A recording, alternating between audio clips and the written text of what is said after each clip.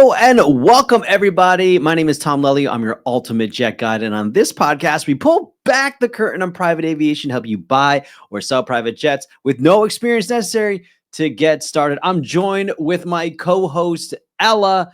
Ella, how you doing today?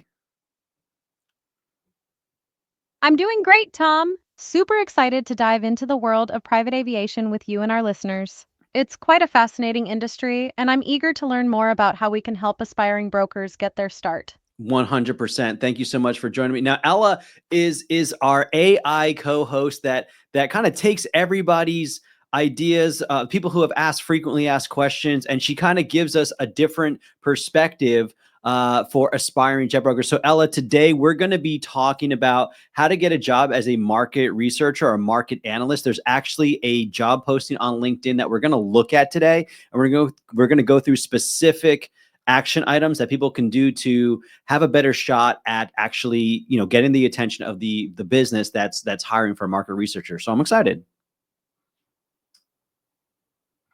That sounds like a fantastic topic, Tom. Market research is so crucial for understanding the private aviation landscape and making informed decisions. I'm ready to explore this LinkedIn job posting and help our listeners figure out how to stand out from the competition.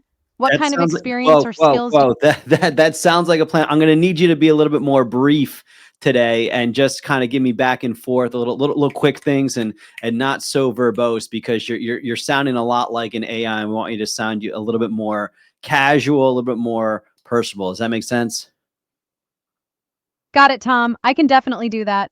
I'll keep my responses concise and focus on being engaging and relatable. So, where should we start with this market researcher job? What are the key things we should be looking for? Yeah. So I'm gonna pull it up here, and let me just go through some things, and I'll catch back with you in a little bit. So right now we've got a job. It's by this individual named Steve Main. He's the senior vice president for United States for Aero Ventures. And what I found interesting about the post was it's a lot like most postings we'll see. They're looking for an aviation analyst to join the team. Here's what the analyst is going to do. They're going to support the sales team by providing market research, aircraft valuation, deal structuring, hot insights, financial analysis for new and pre-owned private jet transactions. It's a critical role in the sales strategy of clients making data-driven purchases. Okay, now we're getting a little verbose. This is highly dynamic, reward position, both challenge fulfilled. Okay, cool. Based in Dallas. Cool. And then we can click on that. So before we kind of get all into it, a market researcher, a market analyst, this is a role for an individual that wants to get into private aviation, especially sales. Basically, most brokerages, when they bring you on, they're not going to have you call the owners, build a relationship with the owner, ask for the listing, work the buyers, work the deal, close the deal, all from A to Z. Now, there's some brokerages that will, it's kind of a sink or swim, and that's how I learned. It was like, listen, you're either a broker or you're not. The positive side of being a market analyst is usually you're getting a salary, so you can be paid anywhere from maybe 40 to 80 grand a year, depending on who they're hiring and your experience. You're also you're in the environment of jet transactions on a daily basis. You're working with a big company like Aero Ventures or Jet Aviva, O'Gara Jets, etc. So you're in the vibe, right?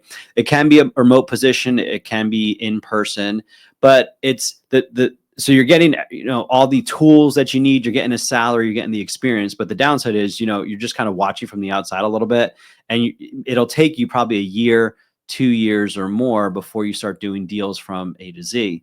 And even in that, like with the bigger brokerages, like doing a deal from A to Z, that's almost a misnomer because yes, the brokers are working really hard, but they also have market analysts that are market researchers that are making phone calls and giving them leads to work. So it's however you want. Every job's going to be different, but that's what a market analyst does. They're cold calling all day. They're seeing, are you looking to sell? Are you looking to sell? Are you looking to sell? They're calling other brokers. What's the price? Are they, has anything changed? Tell me more about it. And they're learning the lingo. They're pretty much doing everything that we advise you to do through our certificate program. And they get a salary and they're in the midst of a thriving brokerage. So it's a really great opportunity for people to get started. The problem is there's so few opportunities that even if you see them, I mean, the competition is fierce. You're potentially going up against people that have a relationship with the with the brokers, like they know them already. They've been networking with them. So it can be who you know. It could also be like what experience you're bringing. Like if they're already in aviation sales, or they're already pilots, or they're already mechanics, that plays a role. So it's very competitive. But let's take a look at a few things that you can do to try to help yourself stand out. So if I'm going to bring this back up, and actually let's get Ella back here, see if she's got any questions. Where are we going to go? Okay, boom, boom, boom. Hey, Ella, so we're taking a look at a LinkedIn post about being a market researcher. Before I get into how to become a market researcher, what questions do you have about being a market researcher? Okay, market research, huh? That sounds interesting. I'm curious, what kind of skills do you need to be a successful market researcher? And what's a typical day like for them? Also, what are some common misconceptions people have about market research? Yeah, so all good questions. So skills that you're going to need. I mean, you're going to have the grit to pick up the phone over and over and make phone calls, even if people are telling you no. And so that's really important. You need to have to be able to be disciplined and organized with your time, so you can just make those phone calls. Now, I can make 100 calls in 4 hours, but some people it takes them all day to do that. And so the more smile and dials you can do, the better. So that would be the main skills. What were your other questions? Okay, so it sounds like being persistent and organized are key. You also mentioned smile and dial. So is there a sales aspect to being a market researcher? And what about the data analysis side? Do you need to be good with numbers and spreadsheets? So there's definitely I would say there's more of a marketing aspect to it. Like you don't want to come across like everybody else. So one thing you can do to separate yourself as a market researcher is having your script and making your script your own, and being able to present yourself and your company uh, favorably to your prospects. They're not going to know who you are. How do you separate yourself from the competition of every other market researcher that's calling these owners? So there's a little bit of salesmanship and marketing that goes into it. That's for sure important. And shoot, you asked another question. I forget what it was. That's helpful. So it's about presenting yourself and your company well, making a good impression. I also asked about the data analysis Oh side. yeah, Do you yeah. need to be good? So the data analysis side, yeah, it's good to be good with numbers, but you have to be able to put those numbers to use. So the data analysis itself will happen through computers. We've got software like JetNet, Amstat, VREF, Aircraft Blue Book, Avia Cost. There's all different softwares that will present numbers to us. Now, how do you actually use those numbers? So to present to an owner, for example, when they say, "How much is my plane worth?" We tell them like, "Listen, here's the market averages. Here's where your lands on the market." And so your value could be somewhere in this range. So you don't necessarily have to be good at numbers, like to come up with the numbers, but you would have to be good on how to organize and present those numbers for sure. But let's get into the job application itself, and I will catch back with you in just a second. Okay, so it's more about interpreting and presenting the data rather than crunching the numbers yourself. That makes sense. So you're saying that the software provides the data, and then the market researcher needs to be able to explain what it means to Yeah, yeah, clients. yeah. We'll get back. We'll get back to Ellen in a second. It's not really going to be helpful for you guys. All right, so looking up at this. So if I'm on LinkedIn and I see this post, like or even if I just see a job posting somewhere else, like I'm going to go find out more about Aero Ventures. So let's go check them out. Here's their LinkedIn profile, right? And I'm probably going to follow them. I'm going to want to know more about them. So let's see. Premier Aviation Family Office Advisory and Lending Firm. Oh, this is cool. So they kind of focus on family offices. Bill Paparella is a big player. He's obviously the founder. So maybe I'm coming here and I'm going to search up Bill. I'm going to find out more about him. Looks like a month ago, Steve hopped on. Okay. So we can learn more about Steve, who posted the thing. Let's see. Specialized advisory services, acquisitions, assets, finance solutions. Incorporates comprehensive market. So they know they want market analysis, they want foresight, and then they want integrity. Okay. Ooh, diverging from traditional brokering practices, they cultivate an atmosphere of trust and exclusivity, establishing us as pioneers in delivering aviation services that prioritize client needs and efficiency. So there's a story behind here. So if I actually get a chance to talk with these guys, about possibly being working with them, I would love to hear, like, what's the story behind this line, diverging from traditional brokerage practices? Like, what, what practices is Arrow Ventures not about? Like, what is it that they really want nothing to do with? And I think that'd be kind of an interesting, if I'm having a conversation with somebody about it. From inception, we offer comprehensive guidance, fostering long-term relationship. Yeah, built on trust. Everybody talks about trust and expertise, by the way, which is really kind of interesting. I think that shows something. So this is kind of their home. This is about, this is their posts. Okay, so let's go to their website. Like, look what they've been posting recently, So they acquired a Challenger 605, sold the Gulfstream G280, bought a Challenger 350. So like, they're clearly heavy jets. So you're going to want to know about heavy jets if you're getting into this. And so this is part of the thing that we do, with our training, is that we try to teach you before you go ask for a job interview with somebody. Like, you should be able and have the knowledge of how to do market research. So if I'm you guys, I'm looking like, if there's anything that they're looking for. Let's see, there's speaking engagements. Okay, this is all Arrow Ventures. Let's see here. Okay, great website. First private aviation family office advisory firm. So they're targeting family office. I would make sure you know what a family office is to get more, read about this. Here's the inventory. Okay, so you know what their inventory is. Check out the Gulfstream, right? And do your market research on it. And maybe you've come to find out, like, hey, like, if you're in an interview, hey, tell me about the Gulfstream G650 that you guys have for sale. Like, what's the story on it? Ask them like you would ask about the aircraft, on how to sell the aircraft, and ask them how much they're asking for it. And then that's an opportunity for you to show them, like, hey, I've done the research, the market research on the Gulfstream GC650s. I would put the valuation on here. Like, do you think I'm in the ballpark? Because you're showing them that you have the ability to do the job, right? That, they should know this inside and out. And so you want to show them that you can know this inside and out. So there's a lot of stuff that you can do. Let's see, they do buying, selling, financing, right plane, right mission, right price, right broker. These are things that they're looking for. Real world pro forma. Say goodbye to thumb and win estimates. Our proprietary pro formas are based on real life operational data. So they really value knowing how much something is worth. So if you want to set yourself apart, I would send in an application, and I would be like, let me see if I can find it here. I would be like, hey, listen, like, just enclosed, find my market report on the Gulfstream G650s. I noticed you have one for sale. Okay, maybe it's somewhere in here. Our team. I'm just trying to see what the next step I would have is to find out how to careers. Okay, we're gonna get into that. All right, let's bring Ella back. See if she's got anything going on. Hey, Ella, real quick. So we went through the job post. We went through learning more about, who posted it, learning more about the company. And I gave some ideas of how to do market research so they could present with their cover letter, like, hey, I did some market research on the specific Gulfstream. What questions would you have about reaching out to make connections with a prospective employer?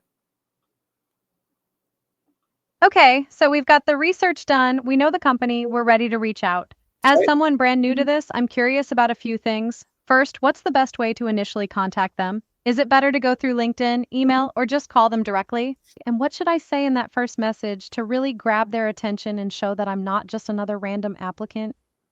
Yeah, that's a good question. So, listen, I'm not a job expert. If you want that, that's I would go to Jenny Showalter. She's awesome at resumes and that kind of thing. I would say be true to yourself, and I think you have a couple options. Like, if you're a super rule follower, do exactly what people tell you to do, and that's the kind of person you want to work with. Well, then we got to go check out, and I'll bring it up in a second. We got to check out the website and see how do they want to be contacted. So that's one way. And of course, I think everybody should do that. But for me, I'm also the kind of person is like, I want to hear from you. And so I want to get back to you. I want you to make sure that you receive my message. So I'm sending LinkedIn, I'm going email, I'm making phone calls, I'm going through the portal that they asked me to go through. And that's who I am. And so that is part of my interview process. And so there's a balance between, hey, this is who I am. Like, am I a good fit? And if they don't want that, well, maybe I don't want to work there. And I don't mean that in like a prideful way. I just mean like you have to understand that balance. Like you might want to really talk to them, right? And be all over and send them a million messages, but they might not want that. And so if you really want the job, you have to play by their rules. And it's a dance, it's a relationship. So it's kind of a both end. I would lean more towards whatever your personality is, because that's going to show through. How you try to contact them is part of your interview when you first get started.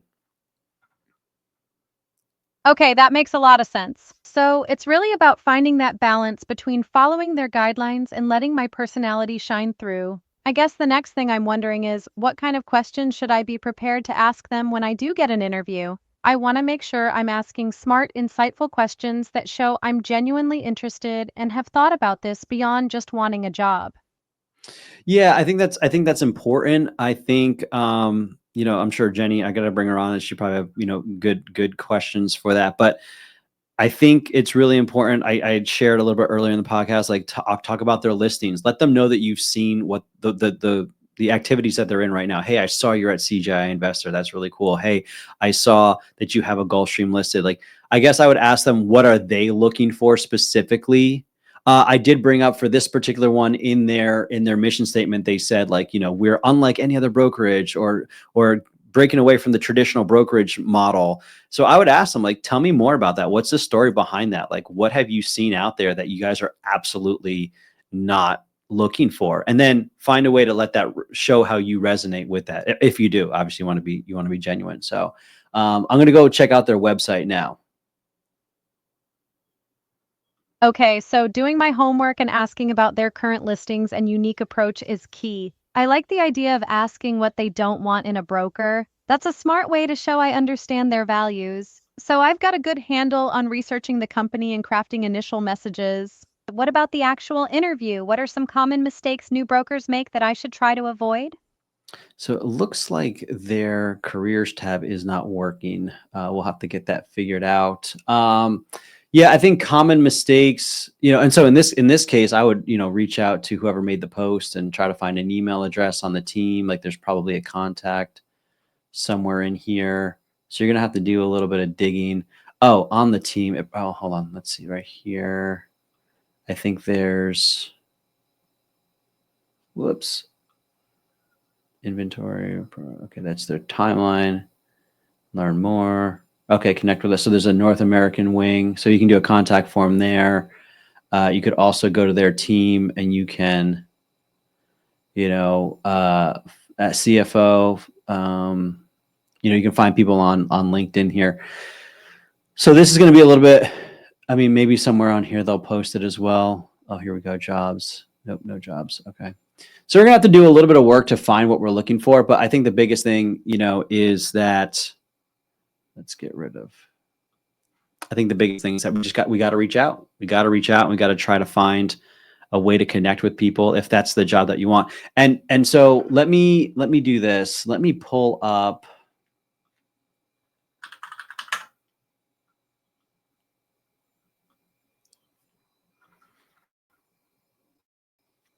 Okay, so I'm pulling up the private jet broker community because I think it's important that people see, like, what we're trying to do here is something that it will prepare you, right? If you check out the private jet certificate program, and Ella, I know you've gone through this, you've read through this at least, right? But everything that's here, how aviation works, the documents overview, market research like a pro. I mean, these are all things that if you come to the table interviewing for a job and you say, I understand this stuff, I mean, you're not going to wave the private jet broker certificate in front of them because they're going to be like, okay, what's that? Because it's a new certificate, but you're going to be able to show them, like, listen, I understand how the flow works, and the reason I'm coming to you guys is because I want to work with a company that understands that and that values bringing up the next generation of private jet brokers. But I've already started to learn, and I think I have a good foundation.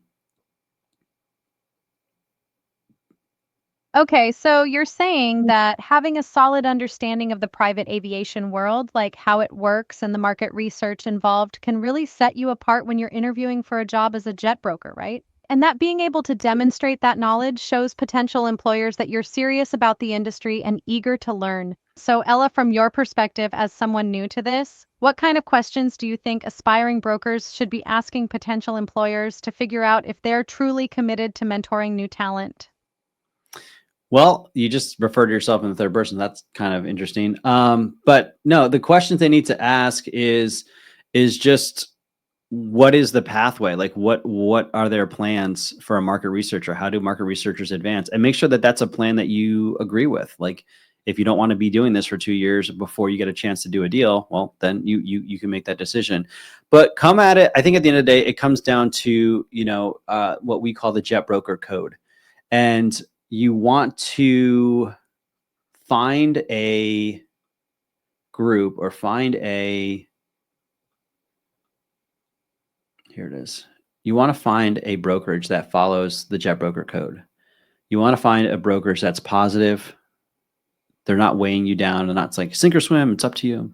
They're resilient. They encourage you when hard things, when tough things, tough stuff happens, because it's going to happen. They want to invest in your learning, so they want to encourage you to learn from other resources, not just, hey, we're the ones that know everything, so you got to just follow us. You want a brokerage that's transparent. I just had a deal come across my desk where, somebody wants to buy it cheap and sell it for more, and we're just very transparent with it. We're like, hey, just so you know, they're buying at this price. They're going to make money by reselling it, and everybody's okay with that. So I think transparency is key. You don't try to like swindle somebody. They're honest. They represent they represent their authority and aircraft accurately and truthfully. They're humble. I think that's huge. And finally, take responsibility. So if and when things go wrong, we take responsibility. If and when things go right, we take responsibility. So I think with all those things in mind, that's kind of what's most important. So I'd like to go ahead now and wrap up the podcast. I'm hoping that this was helpful for aspiring brokers. But Ella, one more shot. Like, what question do you have about, going into the job market, being a market researcher? I mean, you've asked some great questions already, but like, what is something that deep down inside, people who are concerned about coming into private aviation, maybe they have no aviation background, what's a question or two that they might be feeling deep down inside that they're afraid to ask or think that it's a silly question to ask? Okay, so if I'm understanding correctly, you want me to put myself in the shoes of someone who's brand new to private aviation and think about what questions they might be hesitant to ask, right? Well, I think a big one would be, am I smart enough to do this? It's intimidating coming into a new industry, especially one that seems so exclusive. People might worry that they don't have the knowledge or connections to succeed. Another question might be, can I really make a living doing this? It's a career change, and there's always that fear of the unknown and whether you'll be able to support yourself. Does that make sense? Yeah, actually, those are good questions. Are you smart enough? You may not have the knowledge, and you may not have the skills or the interpersonal, skills to work with high net individuals, but yet, right? So you may not have the knowledge you need. Go find it, and the only way you're going to go find it is by applying for these jobs, and try to find out in the interviews and stuff like where you're falling short. Um, I mean, you might want to ask people like, where do I think it'd be interesting if as you're seeking out a job, you're talking to the people who are hiring or people who know the people that are hiring, and you just ask them like, what do you think they're looking for? What do you think what do most market researchers lack when they first get started? And the good news is now that we have the private jet broker community, people can start to look, peel back the curtain on aviation and see where their knowledge gaps are. Do they know how aviation works? Do they know how to do market research and pick a plane and how to do evaluation on it? Do they know how to speak to high net worth individuals? Do they know the flow of the deal process? If you don't know, that's what the course is for. Like, it's all there, and we have a lot of free resources too. So it's not just about like, hey, pay for the course, but we try to do, just like I tell people, it's like healthy eating, right? If you want to be healthy, eat healthy and go exercise. Like that's what the free resources are. It's like, hey, know how the aviation works, know how to do market research, know how to talk to high net worth individuals. Oh, you want more guidance on how to do that? Great. We have the certificate program. Oh, you want one-on-one coaching on how to do this so that you can be set up to get your first deal in 6 months and set yourself up for a six-figure year? Great. We have a mentorship program that does that for you. But all the basic information, how aviation works, how to do market research, and how to talk to high net worth individuals, it's all there at the privatejetbrokercommunity.com. So are you smart enough? I don't know, maybe, hopefully, but hopefully the resources that we give you will help get you to at least a higher level than most who have no aviation background whatsoever. And so does that make sense? I'll answer your question on can you actually do this in just a moment. That makes total sense. I think you've hit on some really important points there. It's not just about having the raw intelligence, but also about being resourceful and knowing where to find the information and support you need. And I like how you broke down the different levels of resources available from the free community to the more intensive mentorship program. It sounds like there's something for everyone, no matter where they are on their journey. Sure. And you can sound a little bit less polished and everything and proper and everything. Let's just be like more casual, more comfortable with one another. As far as can you do this? I think so. Yes. I mean, if it's something that you really want and desire like that, then you're gonna have to go and do it. It's really a simple business, simple job. It's just not easy. And so my reason for it was because I wanted something better for my family. I wanted to stop living paycheck to paycheck. I felt like I had more capability in me. Like I could play at a higher level, talking to higher net worth individuals, successful people, be in an industry that was unique, not just selling widgets, but I mean, aviation's pretty cool there. And I wasn't going to fail. I mean, it was hard and I did fail like from here and there, but I still get up every day. And I'm not saying I made it by any stretch of the imagination. I'm still hustling right now. And so can you do it? Yeah, it's just up to you to put the next foot forward. And if things aren't working, if you're doing it and you're trying to do it and it's just not working, you got to look at why is it not working? It's usually because lack of consistency, lack of volume, like you're just not doing enough, or you don't have the right coach or mentor or any coach or mentor at all. And even if that's me, like, you've been hanging out with me for a little bit and you feel like maybe you need to go find, another coach or mentor, that's totally cool. Let me know. I'll be happy to put you in touch with people. We've already done that with some of our brokers who joined the community. We started working together. And after a while, we're just like, you know what? I think I've taught you everything that I can based on our, relationship. Let's go find somebody else that's looking for, what you have to offer and can take you to that next level. So can you do it? Absolutely. It's just a matter of having the discipline and the dedication to say yes to this and do what it takes.